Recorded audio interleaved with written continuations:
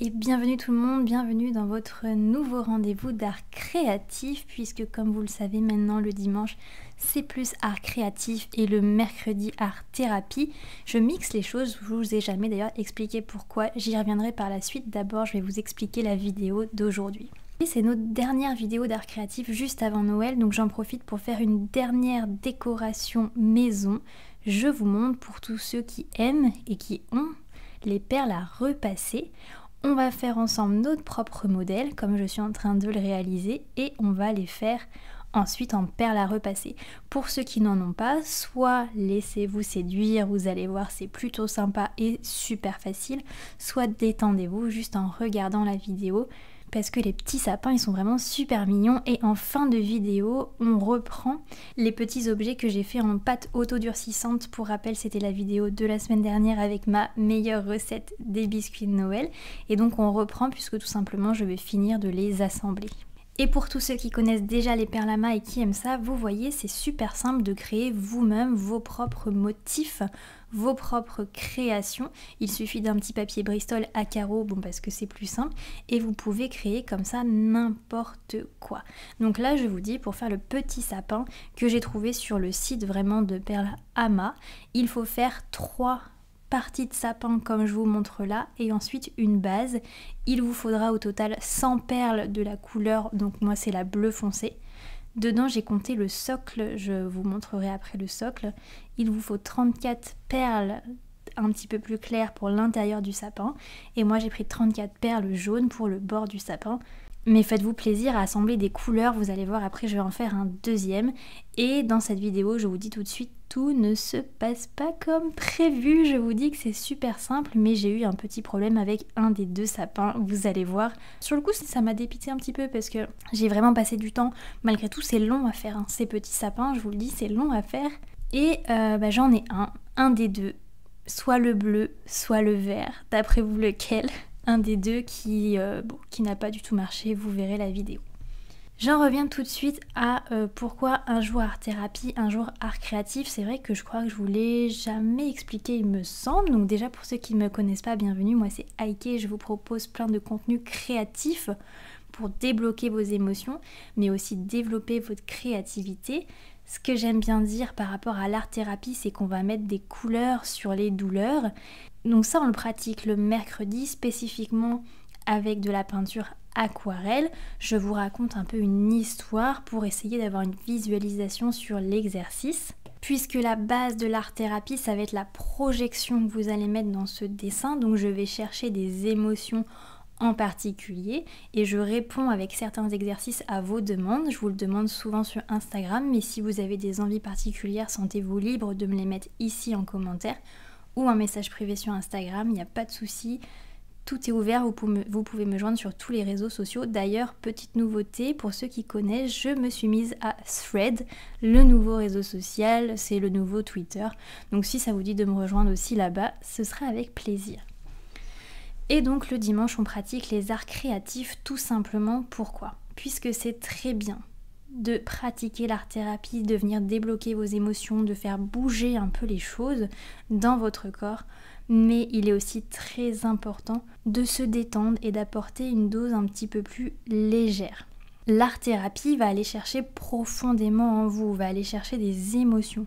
Et donc se détendre en fin de semaine, surtout le dimanche, moi j'aime bien dire que c'est ma vidéo anti-blues du dimanche soir. On peut être déprimé par rapport à la semaine qui va recommencer, donc une activité créative le dimanche, ça apporte de la légèreté et surtout ça développe notre créativité et la base de la base pour aller mieux, c'est ça. Vous allez voir, plus vous allez être créatif, plus vous allez pratiquer des arts créatifs, plus les idées vont germer dans votre esprit, plus vous allez développer votre esprit d'analyse, mais aussi un sentiment de sécurité puisque vous allez créer des choses de vos propres mains et pas seulement des peintures d'art thérapie, vous allez créer des objets. Donc j'essaye de varier les activités pour que ça parle à tout le monde et puis pour vous faire peut-être découvrir des choses que vous ne connaissez pas. Donc aujourd'hui on est sur les perles à repasser, on a déjà fait la pâte autodurcissante, donc le modelage. On a déjà fait le point de croix, donc la broderie. Et je crois que c'est tout pour le moment, mais on peut faire plein d'autres choses. J'ai aussi des perles toutes simples pour faire des bijoux. Peut-être qu'on en fera quand les beaux jours arriveront. J'ai aussi des puzzles, j'ai des coloriages. Enfin, le dimanche, j'essaye vraiment de varier pour vous, pour ne pas que vous vous ennuyiez déjà. Et puis, comme je l'ai dit, pour essayer de toucher un petit peu à tous les sujets pour que chacun puisse trouver les arts créatifs qui lui correspondent. Ça me fait penser à une discussion que j'ai eue avec une ancienne collègue, d'ailleurs, coucou Marie si tu passes par ici, qui me disait qu'elle n'arrivait pas à savoir quelle activité créative manuelle elle aimerait pratiquer. Et c'est vrai que si on n'a jamais mis les pieds dans un magasin créatif ou qu'on n'a jamais pratiqué cela quand on était petit, on peut se sentir perdu. Si on ne connaît pas, forcément on a toujours peur de l'inconnu. Donc moi je vous montre les choses, je vous montre à quel point c'est simple et à quel point ça fait du bien, et j'espère que ça vous donne peut-être des envies, des idées, et puis surtout lancez-vous. Moi j'ai qu'une chose à vous dire, vraiment, lancez-vous. En fonction de l'activité que vous prenez, c'est pas si cher que ça, et c'est très important pour votre bien-être mental mais aussi physique, parce que là vous allez lâcher prise, vous allez lâcher les écrans pendant que vous créez vos créations, n'importe quelle création que ce soit. Vous allez lâcher les écrans, vous allez lâcher cette liste de choses que vous avez en tête, et juste ça, vous allez voir, ça fait un bien fou. Et comme d'habitude, je parle, et le petit sapin bleu est déjà fini. Donc je vais aller le repasser, puisque c'est la seule technique vraiment que j'ai trouvée. Hein. J'en ai testé d'autres avec les casseroles. Je sais plus qu'est-ce qu'on m'avait dit de tester aussi. Ah, aussi au four. Donc surtout ne les mettez pas au four, vraiment ça ne marche pas. La seule technique qui marche vraiment pour faire fondre les perles à repasser, de toute façon ce n'est pas pour rien que ça porte ce nom, c'est le fer à repasser. Donc j'ai été repasser mon petit sapin bleu, et pendant qu'il refroidit, je crée le sapin vert. Et dans cette vidéo, moi j'ai utilisé donc des perles Ama, qui est la marque historique des perles à repasser, mais vous pouvez aussi en trouver à Action, même à Ikea. L'essentiel c'est d'avoir le moule adéquat, les perles et du papier. Même si vous n'avez pas le papier spécifique, enfin normalement dans les boîtes Ama c'est du papier spécifique, mais normalement du papier cuisson suffit largement pour protéger vos perles de la chaleur du fer à repasser.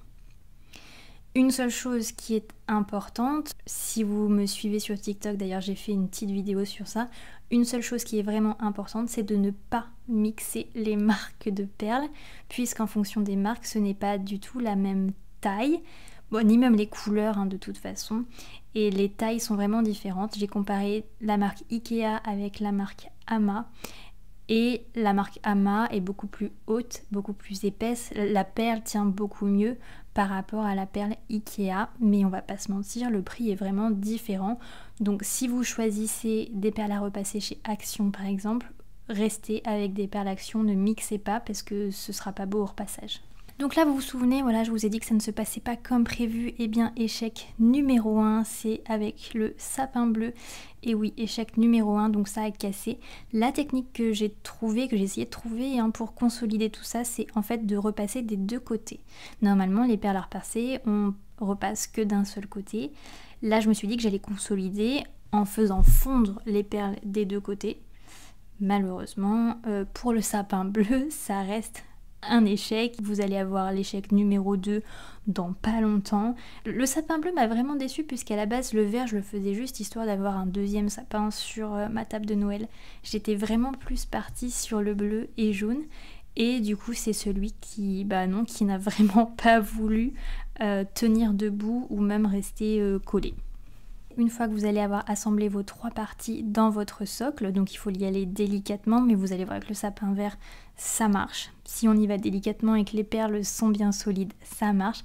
Et ensuite, moi j'ai pris du fil de fer, mais je pense que vous pouvez prendre de la colle, vous savez, un pistolet à colle, et vous collez en haut les perles du haut des 3 petits sapins pour les réunir, pour que ça tienne tout seul.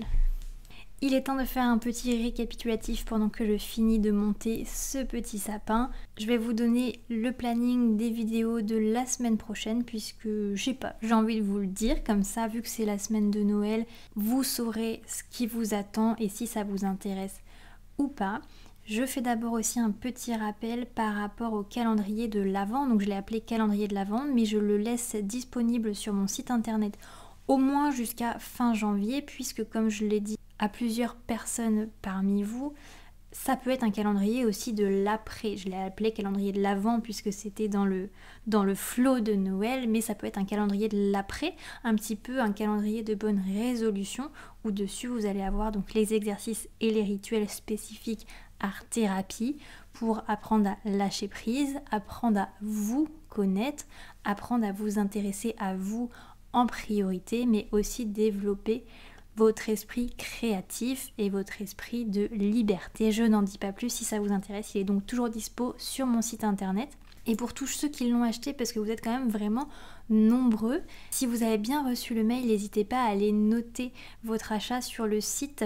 J'ai pas beaucoup de retours et j'ai besoin de vos avis sur le site. Vous savez, vous mettez des petites étoiles et un petit commentaire, comme ça pour ceux qui visitent mon site pour la première fois, ils ont des avis clients et ça c'est très important. Donc s'il vous plaît, si vous avez 5 petites minutes, je vous remercie vraiment la team d'aller noter vos achats, puisque d'ailleurs il n'y a pas que ça, il y a l'atelier d'art thérapie en autonomie, les mandalas, vous êtes plusieurs à avoir téléchargé tout ça, donc si ça vous dit de mettre un petit commentaire, ce serait vraiment super sympa. Et donc le programme de la semaine prochaine, c'est vraiment la semaine de Noël, mais surtout de l'hiver.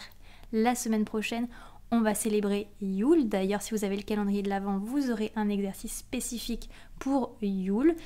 Et donc mercredi, l'exercice spécifique d'art thérapie sera basé sur l'hiver et la couleur bleue. Et dimanche, ce sera Noël. Donc je me suis beaucoup tâtée à savoir est-ce que je vous faisais une vidéo ou pas.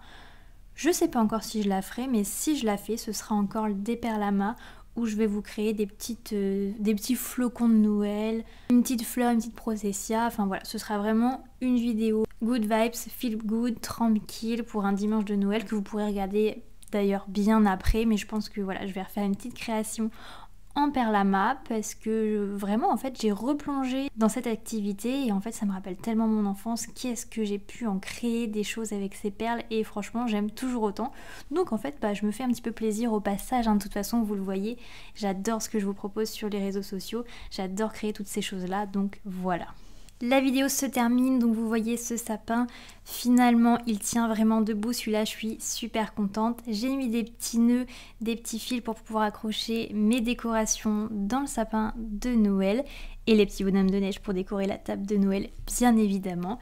Et donc sur ce la team, il me reste qu'à vous souhaiter une bonne fin de week-end, un bon dimanche et puis surtout prenez soin de vous, pratiquez des activités créatives, c'est vraiment quelque chose qui peut changer votre quotidien et vous faire du bien. Et il me reste qu'une seule chose à vous dire, restez inspirés, restez positifs. À bientôt la team.